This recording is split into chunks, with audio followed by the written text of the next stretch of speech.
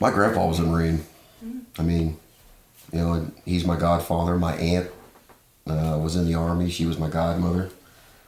And I really didn't want to go to college. I thought it was kind of boring. I'd already been through 13 years of schooling. So I decided to just go out there and, you know, get the big adventure on. So that was it. I wanted to see as much stuff as I could. And my uncles were in Vietnam. And I did not want to go to college. Scary. Sucked. No sleep. Constantly being yelled at.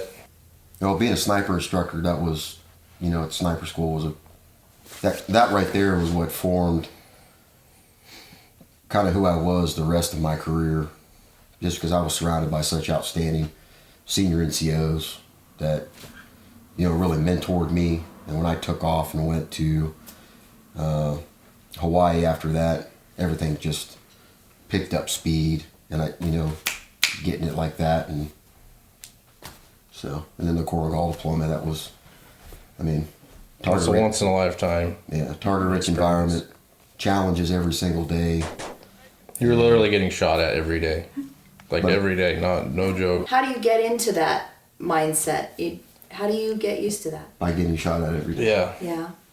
At first, you're like, seriously? Mm-hmm. And then eventually you end up going out and it's like, hey man, get ready. Yeah. And you get to a certain point, it's like it's going to happen, and it happens. But by then, everyone's in positions where they can, you know, mutually support each other. And I mean, we're trained. It's not like, but getting shot at is, well, this sounds kind of weird, but it's the most adrenaline rush you'll ever get. We would drive down at night, drop guys off, and then the Humvees would keep going, thinking that, you know, if they seen us, we were going to come back and wait for them to put like an IED in or get while these guys are sitting up here overwatching that. Mm-hmm. Re-enlisted on the Bridge of No Return, which connects North and South Korea. Yeah. And behind me was North Korea, and you could see the soldiers over there. So we did it on our side, and I was like, said what it had to do, and then. But well, I got shot in 2006, and then 4 months later, I was working at Remax in Denver, but I still wasn't retired. I don't know. I didn't really. I was like, "Woo, I'm retired. I can do whatever I want." But I miss it now. I'd go back in a heartbeat. My last day was September 1st, 2014. Yeah. 21 years, 3 months, and 6 days. Now, I only intended to do 20 years, and I was going to be done. Prior to that, you know, my mom had breast cancer. She fought that for 13 years. So, being, you know, deployed, coming home, I was like, hey, I'm going to do my 20 and I'm done. Yeah. My mom passed away before I hit my 20-year mark, but my goal was to hit 20, come home. That's it, done. Moved here to Ashland to help out the family, ranching and stuff. So. And me and him met, and let's go open a gun shop. Yeah. And then the store will build custom rifles, paint jobs, cleaning. It'll be like a one-shop stop. We'll have everything. And where is it? It'll be on Main Street. Well, right now it's in my backyard. Oh, okay. In my shop, but we're getting a building to be on Main Street.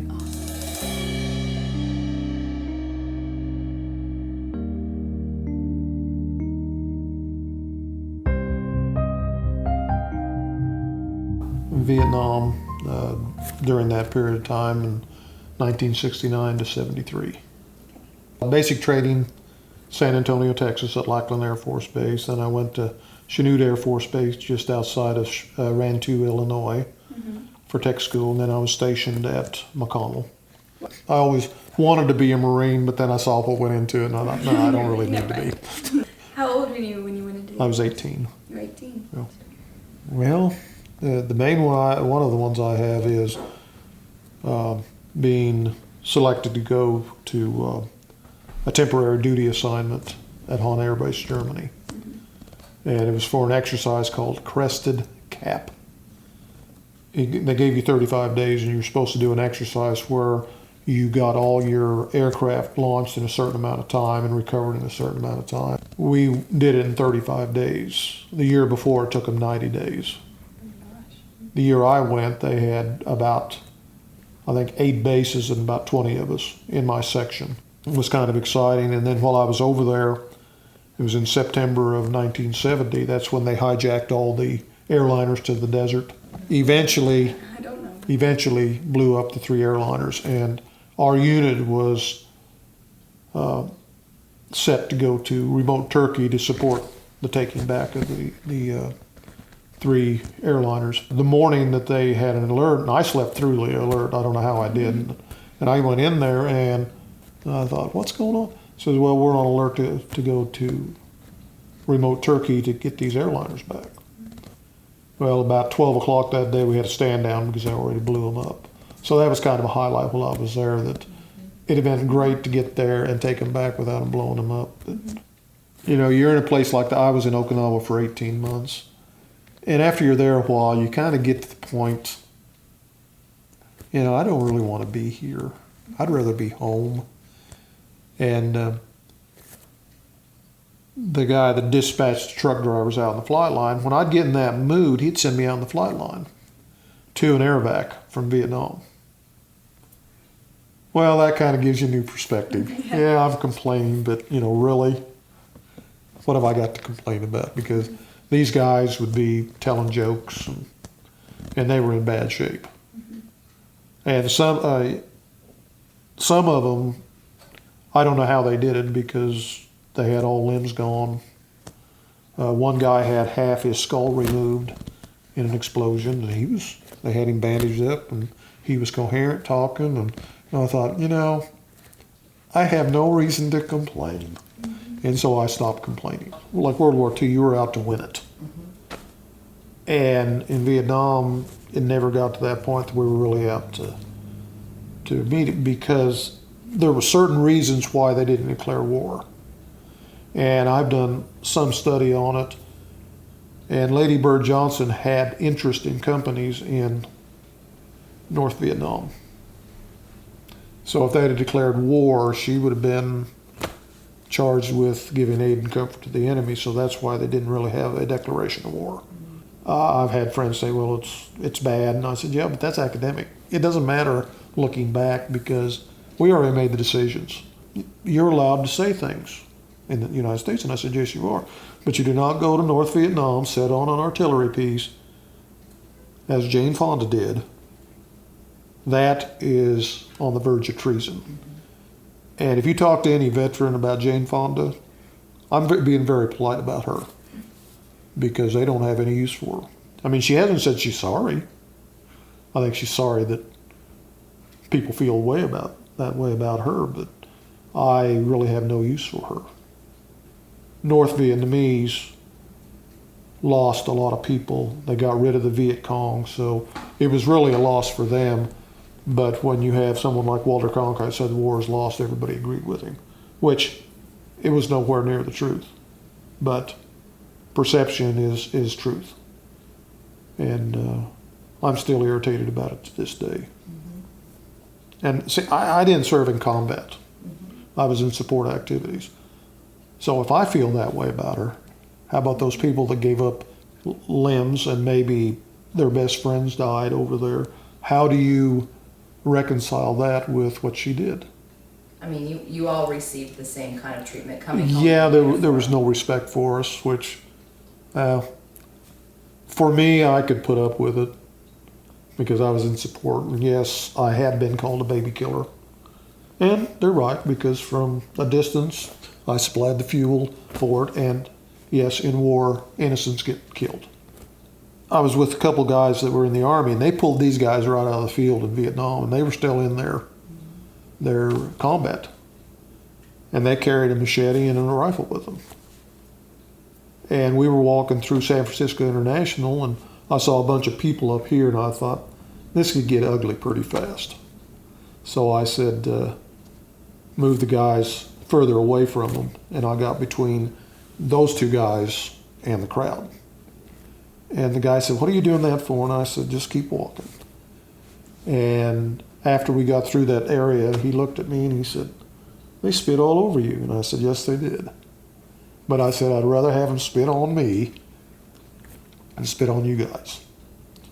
And because I know that, you're right out of the field. I said, it could have got very ugly pretty fast. And I didn't want to put you in that position And if I could be spit on and keep you from being in that position, I said, I'll do it every day. And they said, well, we would have got him. And I said, I know you would have. They said, well, we thank you. And I said, no, you don't need to thank me. I'm just doing my job. You need to respect those that served, because they're the reason you can say the things you can say. Dakota Myers said the other day, they asked him, what about people walking on the U.S. flag at colleges? He said, yeah, it's despicable, but he said, that's what we fought for. And that's what we serve our time in the military to preserve that. We can do it. A lot of them don't feel what they did was that important. And I tell them, I says, yeah, what you did was very important. And that's the way veterans are. We think that, we're further in the country, and we don't think we've done it all. We're not heroes. Now, the ones that died, those guys are heroes. And I was always taught by my dad, if you're going to do a job, you do it right. If you can't do it right, do it over until it is right.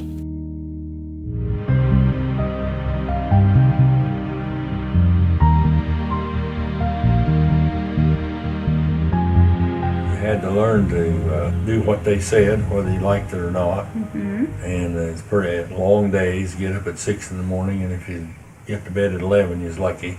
And it was pretty strenuous, but we were young and got along pretty good. Korean War, and I was in for 2 years, active, and 8 years reserve.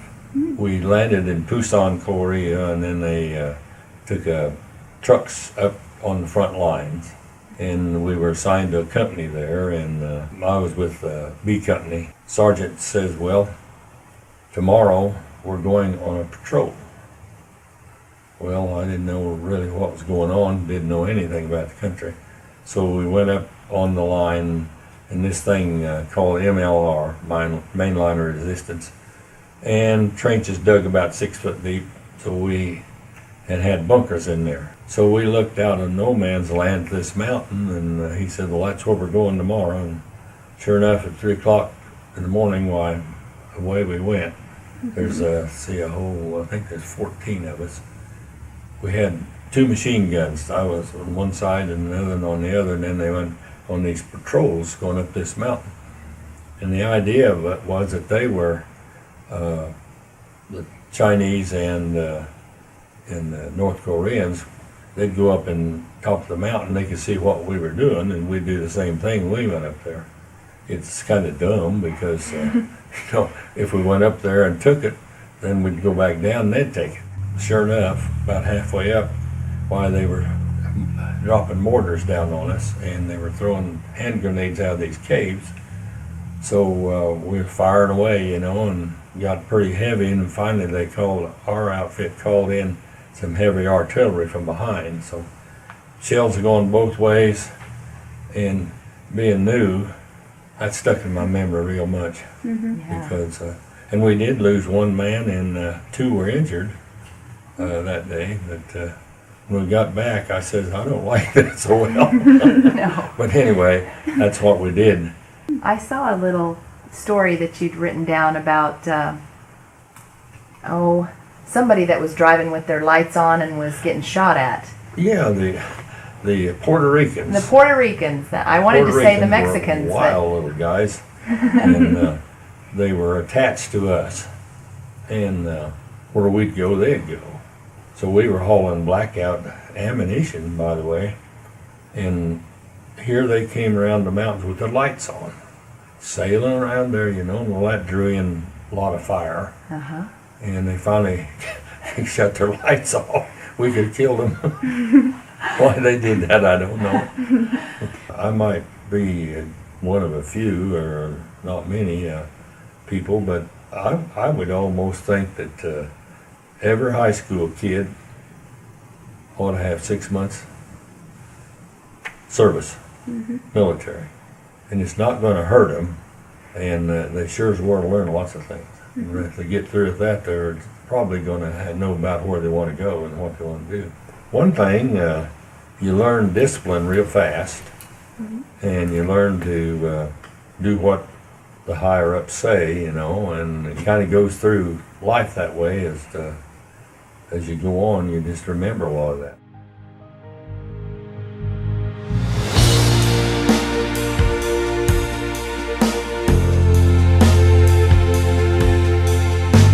Maybe one of the greatest things to me was my officer was such a wonderful man in the 4th Naval District headquarters, brilliant fella. And he expected a tremendous amount of work out of you, but once you could accomplish what he expected, he'd do anything for you. So he comes around to me one morning and he said, "Fish," that's what he always called me, he said, "Fish, have your dad put on his dress suit Thursday morning, and the captain's chauffeur will be around to pick him up at 8 o'clock. That's all he told me. He gave my dad a senator's tour of the whole Philadelphia Bay Area. It was, how would you pay my officer back for that? Yes. Yeah, so Well, that's. that probably was my outstanding highlight, I suppose. I might tell you about our captain. He was piloting a troop ship coming back from the Orient with 6,000 men on it in this big convoy. And he was ordered to stay in line with all the ships ahead of him when they were getting into submarine waters. He directed the flag officer, or called the flag officer and requested to go around this area because the ships ahead of him were getting sunk. The flag officer said, "No, you can't do this. You stay right on course." He called again and again. And he told the flag officer, "I am going around. I am not going to follow those ships and get sunk." The flag officer said, "You will be court-martialed when you get to San Francisco." When he got to San Francisco, he didn't get court-martialed. Because he'd saved 6,000 men. And 6,000 men stood on the dock and gave him the greatest ovation you could believe.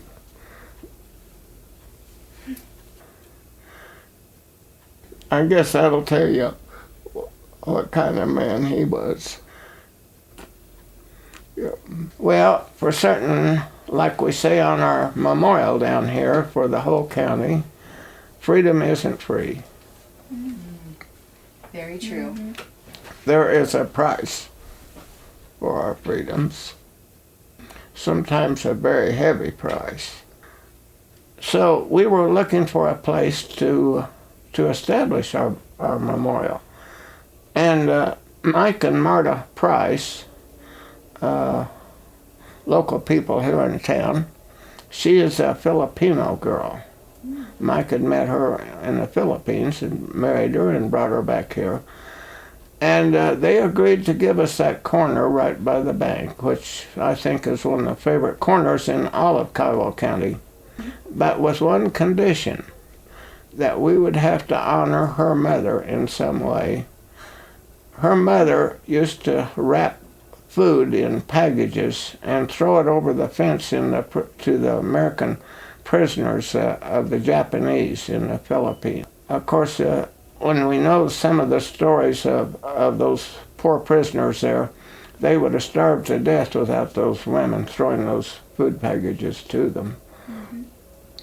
So we willingly agreed to do that, and so right behind the walls there is a beautiful bench dedicated to her.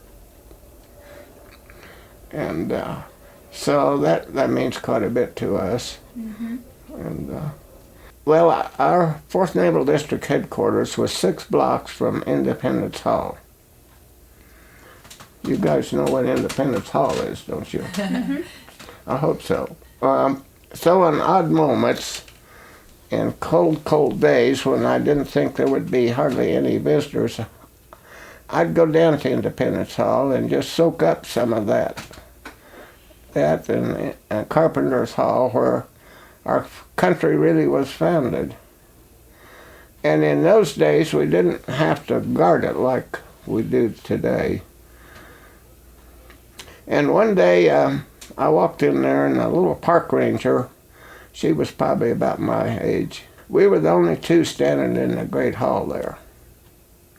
And we had quite a visit. And I commented on the floorboards in there and how well preserved they were. I said, "Are these the original floorboards?" And she said, "Yes, they are."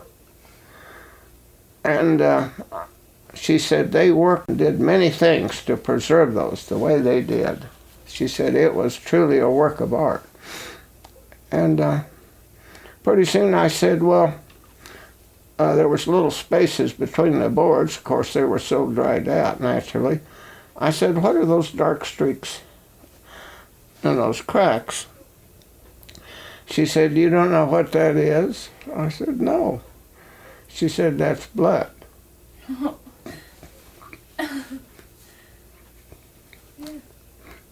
From Revolutionary War soldiers.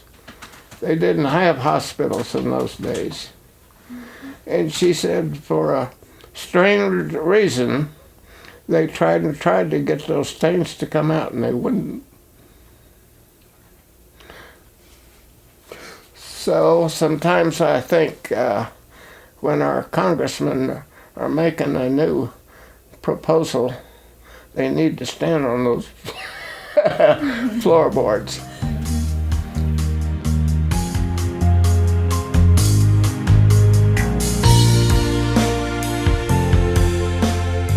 My full name's Clifford Earl Epley. You want to know why?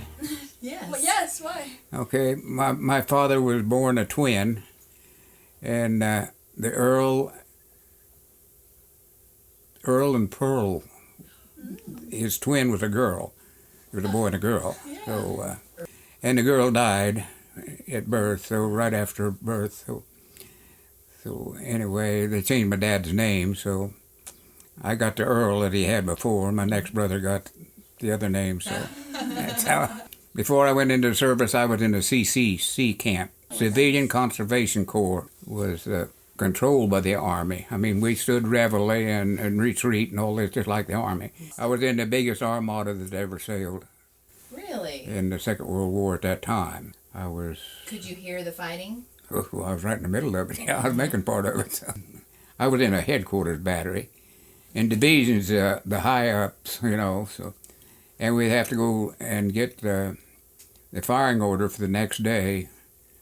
And so two of us went there, and we'd leave at 2 o'clock in the morning and go try to find your outfit somewhere to give them the orders for the next day.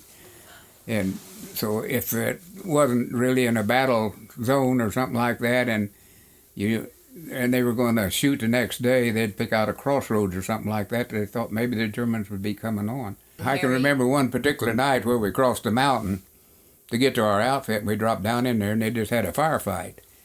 And quite a few dead people laying around, but as we crossed the top of the mountain, there was trees on both sides of the road. So when we come back, we were coming up the mountain, and the trees were gone. So we figured, you know, that they'd blow them while we were on the other side, and the road would be blocked, and which it was. There were some trees out there. So I went out one side of the Jeep, and the other guy, Sean, went out on the opposite side, on either side of the road. And we couldn't do anything because we didn't know what to do, you know. And two men advancing on a group of Germans was, you'd be smarter than that, you know.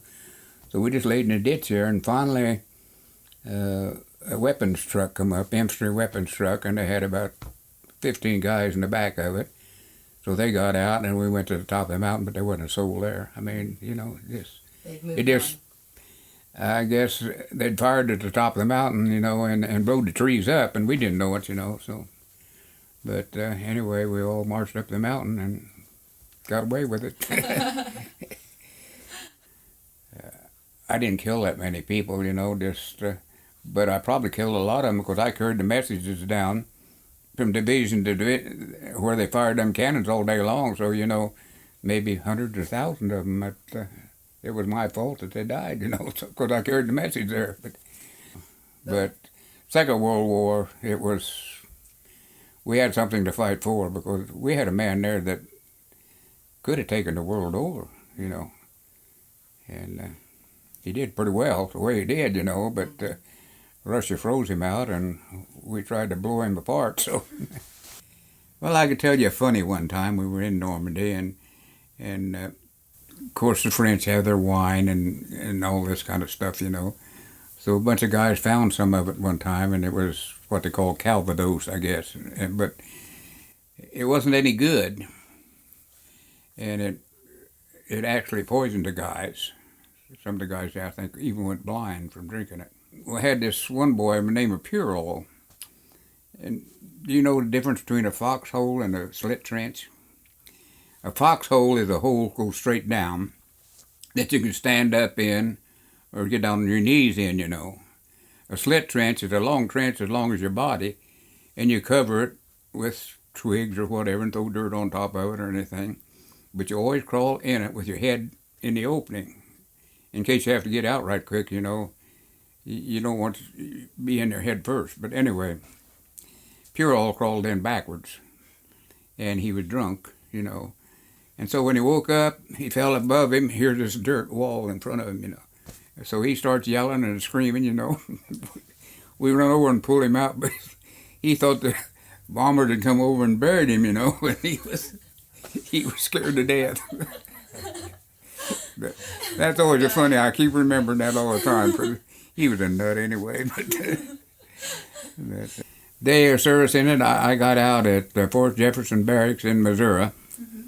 And I walked right straight downtown, and I bought a new pair of slippers. Well, no, that's the only thing that I'm against all wars as far as that goes, all people that cause them to have them, But I'm afraid what this world's going to happen, but I know that there's some of these crazy fools going to get on this side of the ocean someday, which we've never had before because we had the ocean between us, but if, like they'd take out New York City, and all them people started, and I know people too, I've seen people change, in the Army, change. I've seen guys that were Sunday school teachers and everything else that become some of the meanest people in the world. Just because the way they were treated, and what they felt like. And just like I said, if something happened like in New York and all them people started west to have a place to live or something to eat, we're sitting here, they're going to bother the word about us. Right. Yeah, they'll get rid of us and take over just like that. So, yeah, it's got me worried about what this world's going to come to. So, it's. I worry too. I know. I've been there. I know what I've seen too many dead people, and I've seen too many people, just pieces of people, I've been to grave registrations where they just stack up arms and legs and bodies, and you don't know who went what. They try to find out everything, After the Army, man run a flower shop here, and he was in grave registrations, and that's what he did, was try to figure out, whose arm this was, or, but... Listen to the Mockingbird. Have you ever heard that? No, try me.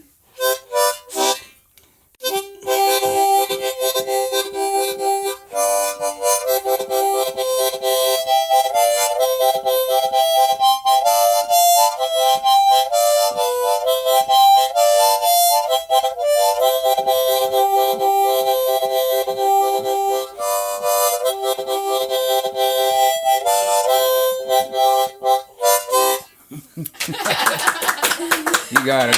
That's great.